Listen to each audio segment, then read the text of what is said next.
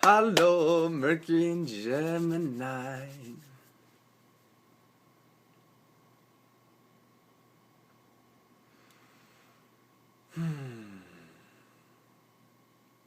Open your arms to change, but don't let go of your values. 14th Dalai Lama, Tenzin Gyatso. And because it's Mercury and Gemini, I'm going to do two quotes. All major religious traditions carry basically the same message. That is love, compassion, and forgiveness. The important thing is they should be a part of our daily lives. Also, the Dalai Lama. Mercury in Gemini. Where to begin? My natal Mercury is in Gemini, so I know this energy pretty well. It's the energy that gets me to talk, to conversate, to think.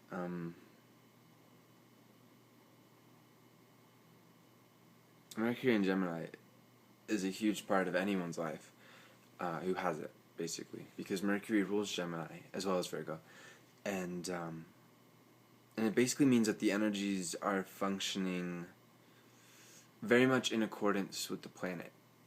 So, for example, Mercury, the planet which rules Gemini, Virgo, this planet is very logical. It's oriented towards seeing patterns and understanding patterns. It's very quick. It's the quickest planet to orbit the sun, and also it has the greatest eccentricity of orbit.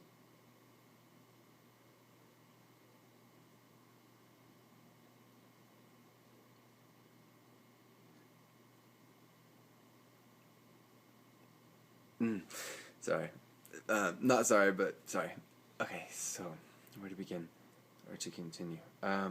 With this energy, you communicate. Every Mercury and Gemini I know, and it makes sense, it's the energies of Mercury, the planet of communication as well, and Gemini, the sign of communication, of talking, of, again, conversating, of back and forth. That's really important for us Mercury and Geminis, is to have a back and forth of conversation. We fear boredom, we really do, because our minds, they work so quickly. That's just how Mercury functions in Gemini. We think quickly and sharply. There are some challenges that we need to get over. We'll talk about that later.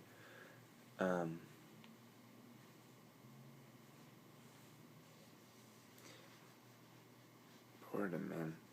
Nothing is scarier to me than boredom. And I think you'd agree. Any Mercury and Gemini I know, again, incredibly intelligent, but we can be very superficial. That's something to guard against, to be aware of. Because with Mercury and Gemini, we're given so much power and ability in communication. In this life, with Mercury and Gemini, we really have. Mercury is functioning well for us. We're born to communicate, and Mercury and Gemini isn't better than other Mercury signs. It just means that it's functioning, again, how the planet is kind of intending for its energies to function. Mercury in Pisces, which is said to be a challenging energy, still has its beautiful things to share and to communicate. And I think actually that's a really good lesson for us. I think with Mercury and Gemini, we have to not be so superficial with communication. I think we need to realize that, and I think inherently we realize this, so this is good, but we need to build on this for sure in our lives, consciously, incorporating it in every single day. But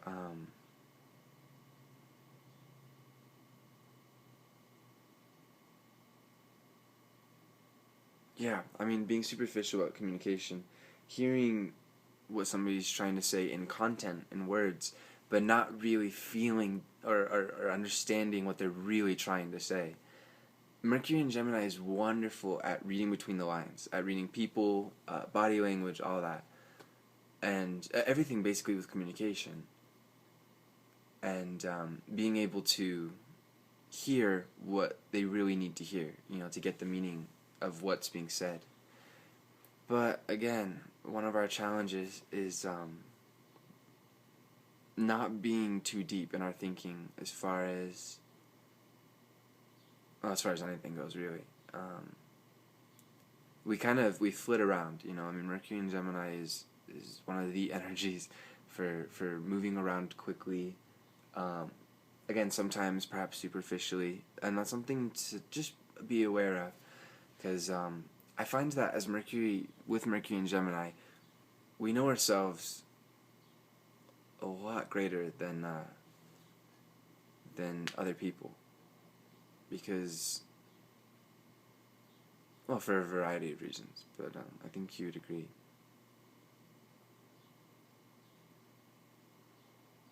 And so you just gotta be honest with yourself, you know. Am I giving this person a true chance to communicate with me? Am I being judgmental?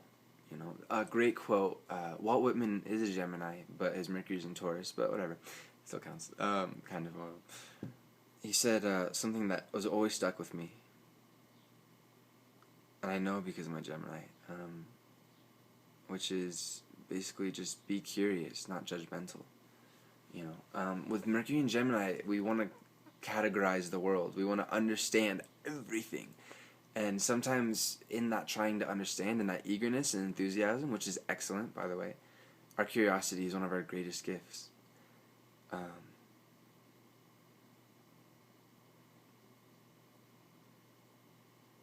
But in trying to understand the world, we can oversimplify things for sure. And we can use labels use labels in trying to, again, categorize, to have an easy way to understand everything and see everything.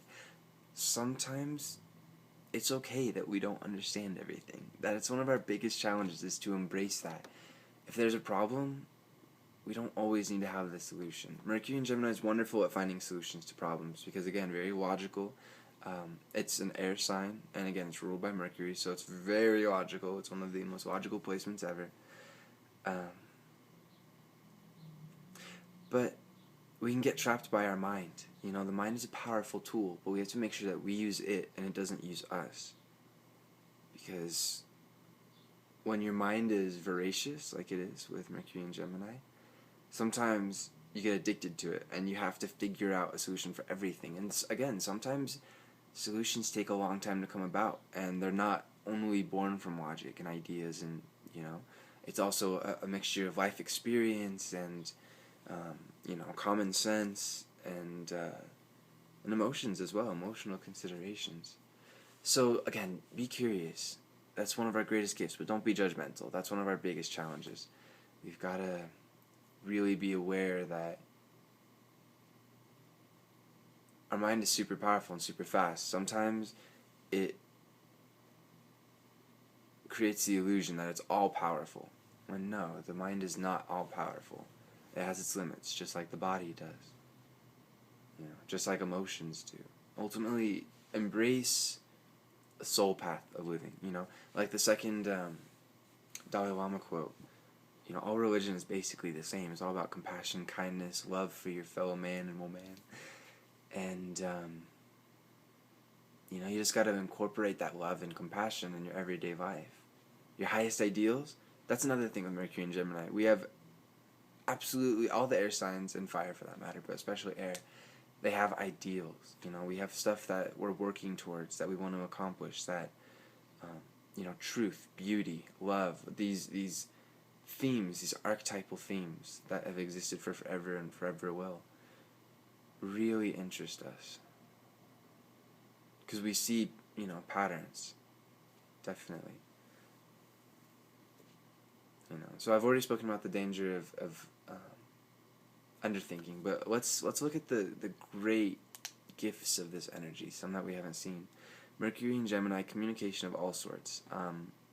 If you have Cancer somewhere in your chart, so you have really good Cancer memory, or if you're on the Geminian cusp, Mercury and Gemini on the cusp of Cancer, 21 degrees on, getting stronger as it approaches.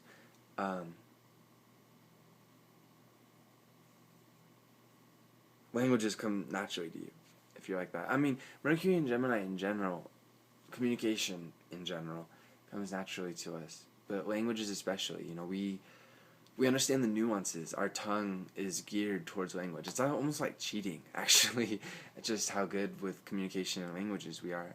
But that's, we chose this energy. We chose this energy, and we're here to make the most of it. Go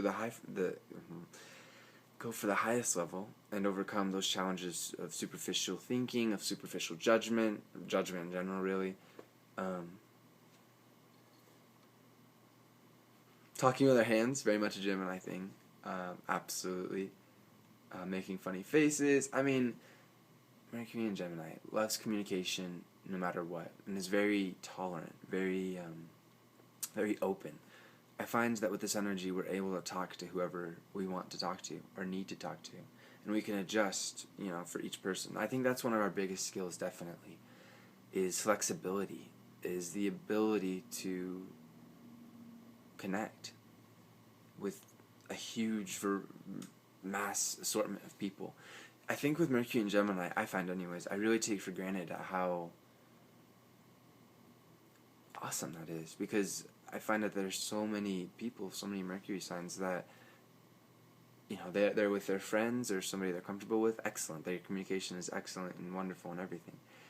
But when it comes to talking to a certain demographic or whatever, some subset of the human population that they're not quite used to, that they just don't know what to say. They don't know how to say it. Why to say it. It's difficult. And with Mercury and Gemini, we really do naturally, communication comes to us, and we can be like, okay, we're wonderful observers too. We observe to the finest detail. Now, we're not too concerned with thinking about the details all the time, like, say, Mercury and Virgo. But we are very analytical, and, again, able to see patterns. Mercury and Gemini is a very great gift for perception, I find, definitely. And not just coming from my personal experience, but my friends too, with this energy. When I was over in France, I met a lot of Mercury and Geminis. From the States, I mean. So they were, learning French and exposing themselves to the culture. Travel, too, is a great thing. Anything that stimulates you, and you'll know what's truly stimulating or not, because it'll naturally interest your curiosity, or not. And, again, our mind is voracious, and it needs stuff to digest. So boring jobs are not for us. Something using our mind, thinking, and unlimited possibilities is right up our alley. And also, I could also come out as talking with people. We're really helpful, and we can really understand, again, what people are saying. I think that's the best way to sum up all the challenges of lower-level Gemini. It's just, and it's going to sound really counterintuitive, but just calm down. Just a little bit. Because when we calm our nerves, our nervous system, ruled by Gemini, Mercury and Gemini, it's very much always a go, and especially centered around, what Mercury rules, the mind and perception and communication and all that. We can be so nervous energy. Now that's really awesome, because that is who we are. But when you get too overloaded on that kind of stuff, it's impossible to kick back, enjoy the roses, smell the roses, enjoy life. And it's really, honestly, I find, unless we're coming from a really calm, centered, grounded place, it's really hard for us to use our gifts, and it's really easy to get trapped in the challenges. Superficial thinking, superficial behavior, judgment. Because when you're that, kind of wired, and very frenetic energy, and you don't have an outlet, it builds up, and then it explodes, and, your system isn't working or functioning properly. How could it? It's overloaded, just like any device. If you overload it, it's gonna not function so well.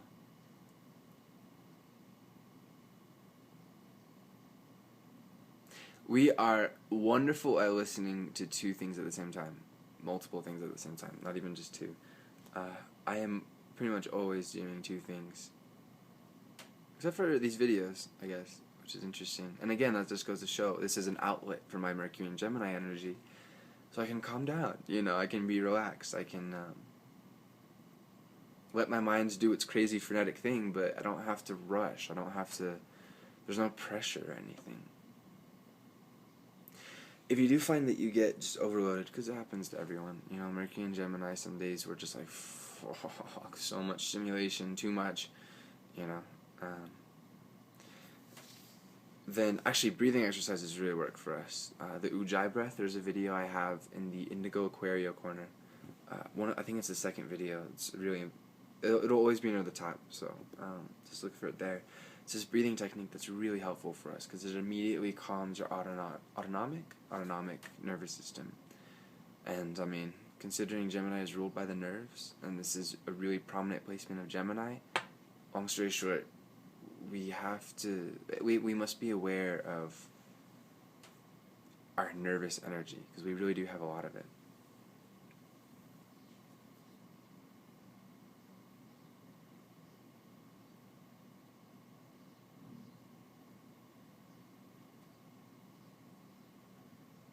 I'm sure you already know this, but we jump around all the time from subject to subject to idea, from